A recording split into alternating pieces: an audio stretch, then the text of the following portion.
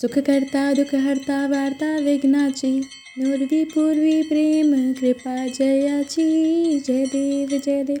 आप सभी का स्वागत है मेरे YouTube चैनल भक्तिपीडिया पर।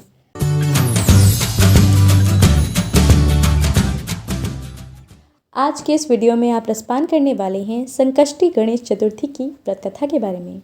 माघ मास के कृष्ण पक्ष की चतुर्थी को संकष्टी गणेश चतुर्थी कहते हैं। पौराणिक गणेश कथा के अनुसार एक बार देवता कई विपदाओं से घिरे थे। तब वे मदद मांगने भगवान शिव के पास आए। उस समय शिव के साथ कार्तिकेय तथा गणेश जी भी बैठे हुए थे। देवताओं की बात सुनकर शिव जी ने कार्तिकेय व गणेश जी से पूछा कि तुम में से कौन देवताओं के कष्टों का निवारण कर सकता है। तब कार्तिकेय व गणेश जी दोनों ने ही स्वयं को इस कार्य के लिए सक्षम बताया। इस पर भगवान शिव ने दोनों की परीक्षा लेते हुए कहा कि तुम दोनों में से जो सबसे पहले पृथ्वी की परिक्रमा करके आएगा वही देवताओं की मदद करने जाएगा। भगवान शिव के मुख से ये वचन सुनते ही कार्तिकेय अपने वाहन मोर पर बैठकर पृथ्वी की परिक्रमा के लिए निकल गए। परंतु गणेश जी ये सोच में पड़ गए कि वे चूहे के ऊपर चढ़कर सारी पृथ्वी की परिक्रमा करेंगे तो इस कार्य में तो बहुत समय लग जाएगा। तभी उन्हें एक उपाय सूझा। गणेश अपने स्थान से उठे और अपने माता पिता की 7 बार परिक्रमा करके वापस बैठ गए। परिक्रमा करके लौटने पर कार्तिकेय स्वयं को विजेता बताने लगे। तब शिवजी ने श्री गणेश जी से पृथ्वी की परिक्रमा न करने का कारण पूछा। तब श्री गणेश जी ने कहा, माता पिता के चरणों में समस्त लोक हैं। ये सुनकर भगवान शिव ने गणेश जी को देवताओं के संकट दूर करने की आज्ञा दी। इस प्रकार भगवान शिव ने गणेश जी को आशीर्वाद दिया कि चतुर्थी के दिन जो तुम्हारा पूजन करेगा और रात्रि में चंद्रमा को अर्घ्य देगा उसके तीनों ताप यानी दैहिक ताप, देविक ताप तथा भौतिक ताप दूर होंगे। इस व्रत को करने से व्रतधारी के सभी तरह के दुख दूर होंगे। उसे जीवन के भौतिक सुखों की प्राप्ति होगी। चारों तरफ से मनुष्य की सुख समृद्धि बढ़ेगी। पुत्र पौत्रादि धन ऐश्वर्य की कमी कभी नहीं रहेगी। अब मैं आपको सुनाती हूँ सकट चौथ से जुड़ी एक अन्य कथा। कहते हैं कि सतयुग में राजा हरिश्चंद्र के राज में एक कुम्हार था।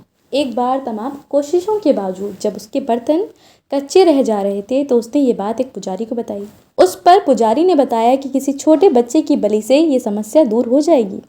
इसके बाद उस कुम्हार ने एक बच्चे को पकड़कर आवा में डाल दिया। वह सकट चौथ का दिन था। काफ़ी खोजने के बाद जब उसकी माँ को उसका बेटा नहीं मिला तो उसने गणेश जी के समक्ष सच्चे मन से प्रार्थना की। उधर जब कुम्हार ने सुबह उठकर देखा तो आवा में उसके बर्तन तो पक गए लेकिन बच्चा अभी भी सुरक्षित था। इस घटना के बाद कुम्हार डर गया और राजा के समक्ष पहुंच पूरी कहानी बताई। इसके पश्चात राजा ने बच्चे और उसकी माँ को बुलवाया तो माँ ने संकटों को दूर करने वाले सकट चौथ की महिमा का वर्णन किया। तभी से महिलाएं अपनी संतान और परिवार के सौभाग्य और लंबी आयु के लिए ये व्रत को करने लगी। तो अब मैं आपको सुनाती हूँ सकट चौथ व्रत कथा से जुड़ी शंकर भगवान की कथा।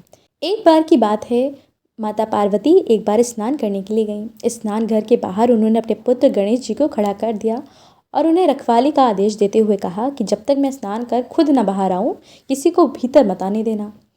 गणेश जी ने अपनी माँ की बात मानते हुए बाहर पहरा देना शुरू कर दिया। उसी समय भगवान शिव माता पार्वती से मिलने आए, लेकिन श्री गणेश भगवान ने उन्हें दरवाजे पर ही रोक कुछ देर के लिए रुकने को कहा। भगवान शिव ने इस बात से बेहद आहत और अपमानित महसूस किया।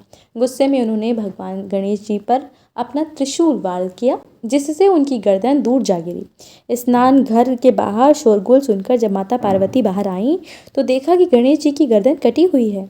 यह देखकर वे रोने लगी और उन्होंने शिव जी से कहा गणेश जी के प्राण फिर से वापस कर दें। इस पर शिव जी ने एक हाथी का सिर लेकर गणेश जी को लगा दिया। इस तरह गणेश भगवान को दूसरा जीवन मिला। तभी से महिलाएं बच्चों की सलामती के लिए माघ माह के कृष्ण पक्ष की चतुर्थी को गणेश चतुर्थी का व्रत करने लगी। तो अगर आपको ये वीडियो पसंद आया है तो वीडियो को लाइक ज़रूर कीजिएगा। अगर आप मेरे चैनल पर पहली बार आए हैं तो चैनल को सब्सक्राइब करके कमेंट में विघ्नहर्ता गणेश जी की जय लिखना तो बिल्कुल मत भूलिएगा।